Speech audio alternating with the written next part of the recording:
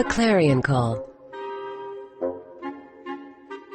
You can find half of this story in the records of the New York City Police Department and the other half in the records of a newspaper office. Mr. Norcross, the New York millionaire, was murdered by a burglar in his apartment. 2 weeks later, the murderer met Detective Barney Woods on Broadway. "Is that you, Johnny Kernan?" Asked Woods. "Yes, it is," said Kernan happily. "And you're Barney Woods of St. Joe. What are you doing in the East?" "I now live in New York City. I'm a detective for the New York Police Department." "Well, well, well," said Kernan, smiling happily. "Come into Muller's Cafe," said Woods. "and let's find a quiet table. I want to talk to you, Kernan." It was almost 4 o'clock in the afternoon, and there weren't many people in the cafe. They found a quiet table, and Kernan sat down in front of the detective. Kernan was well-dressed and self-confident. Woods was short, pale, and wore a cheap suit. "What are you doing now?" asked Woods. "You left St. Joe a year before me." "I'm in the gold mining business," said Kernan. "Perhaps I'll open an office here."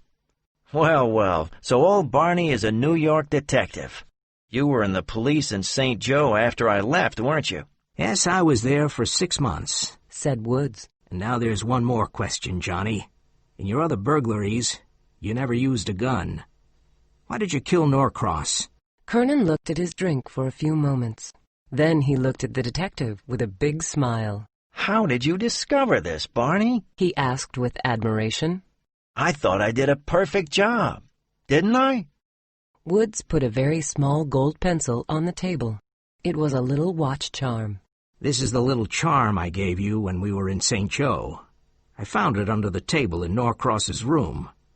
Be careful of what you say, Johnny. We were friends once, but now I'm a detective, and I must do my duty. In the state of New York, murderers get the electric chair." Kernan laughed.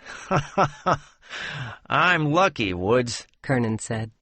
He put one hand inside his coat. Woods immediately put his hand on his gun. "Put it away," said Kernan. "and I'll tell you why I shot Norcross. The foolish old man came towards me with a gun and started shooting. The old lady was very nice. She just stayed in bed and watched everything. I took her $12,000 diamond necklace, and she said nothing. I think she married old Norcross for his money. There were 6 rings, 2 pendants, and an expensive watch. Everything was worth about $15,000. "Don't tell me all this," said Woods. "Oh, it's all right," said Kernan. "Everything is in my suitcase at the hotel. And now I'll tell you why I'm talking. Because it's safe. I'm talking to a man I know. You owe me $1,000, Barney Woods. You won't arrest me." "I remember," said Woods. "You gave me $1,000. One day I'll pay back the money. The $1,000 saved me. They were putting my furniture out on the street when I got home that night."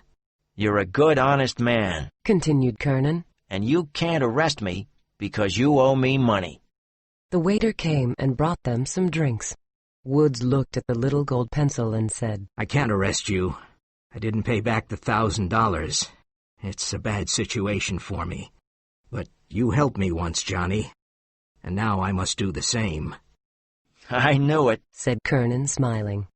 "I can judge men, Woods." "I'm silent only because I owe you money. Otherwise you couldn't escape," said Woods. "I know I couldn't," said Kernan. "That's why I knew I was safe with you." "You see, Kernan, I'm a man first, and then a detective. And now I'll let you go, and I'll leave the New York City Police. I'll probably go and drive a truck. I'll never be able to pay back the $1,000. "Oh, you can keep it," said Kernan. "But I know you want to pay it back one day. I was lucky that you borrowed it. But let's change the subject. Tomorrow, I'm going to the West on the train. I know a place where I can sell the jewels. Have another drink, Barney, and forget your problems. Let's have fun tonight. I'm in the hands of my old friend, Barney Woods." All evening, Kernan told Woods many stories about his successful wrongdoings and clever criminal plans. Woods became very irritated by this vicious man. Be very careful, Kernan. The newspapers could write about the Norcross case again, because there were a lot of burglaries and murders in New York this summer. Kernan suddenly became angry. I don't care about the newspapers. What can the newspapers do? They can send reporters and photographers to the scene of the crime. They can write about it, but they can't catch the burglar. Well, I don't know, said Woods slowly. Some newspapers do very good work. There's the Morning Mars, for example. They helped to catch a criminal when the police forgot about him. I'll show you, said Kernan, getting up confidently. I'll show you what I think of newspapers in general, and the Morning Mars in particular. There was a telephone booth near their table. Kernan went inside the booth and left the door open. He found a number in the telephone book and phoned. Woods sat quietly and looked at Kernan's cold and arrogant face. He listened carefully. Hello, the Morning Mars? I want to speak to the editor. He waited a few moments with his vicious little smile. Are you the editor? I'm the man who killed old Norcross. Wait, this is not the usual crank call. I killed the old man at 2:30 a.m. 2 weeks ago. What? You don't believe me? You don't understand. I'm giving you the biggest scoop in the history of your boring little newspaper. What? Really? Well, you can't expect me to give you my name and address, can you? No, this is not a rival newspaper. I killed old Norcross, and I have the jewels in a suitcase. Well, I'm not going to tell you the name of the hotel. Now listen, half of the second button on Mrs. Norcross's nightgown is broken. I saw it when I took the ring off her finger. Kernan looked at Woods and said, He believes me now. Then he started talking on the phone again. Hello? Yes, I'm here. What? You want to catch me in 48 hours? Stop being foolish. Just continue writing your stories about divorces, accidents, and the dirty scandals you write about.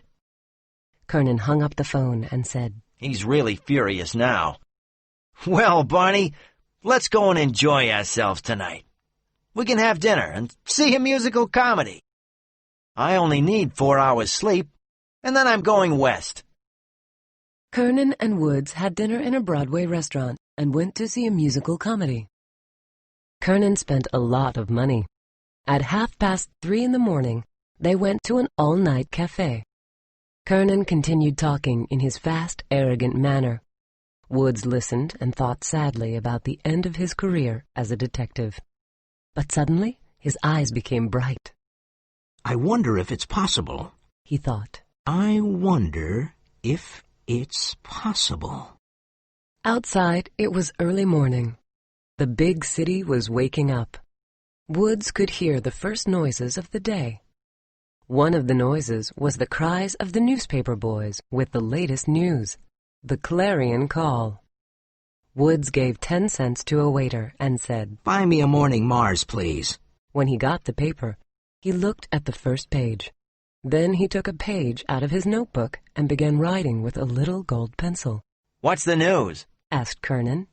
Woods showed him the piece of paper. Please pay to John Kernan the $1,000 reward that is mine for his arrest. Barnard Woods. You tease them so much on the phone, and they put you on the first page of the Morning Mars. Now, Johnny, you'll come to the police station with me.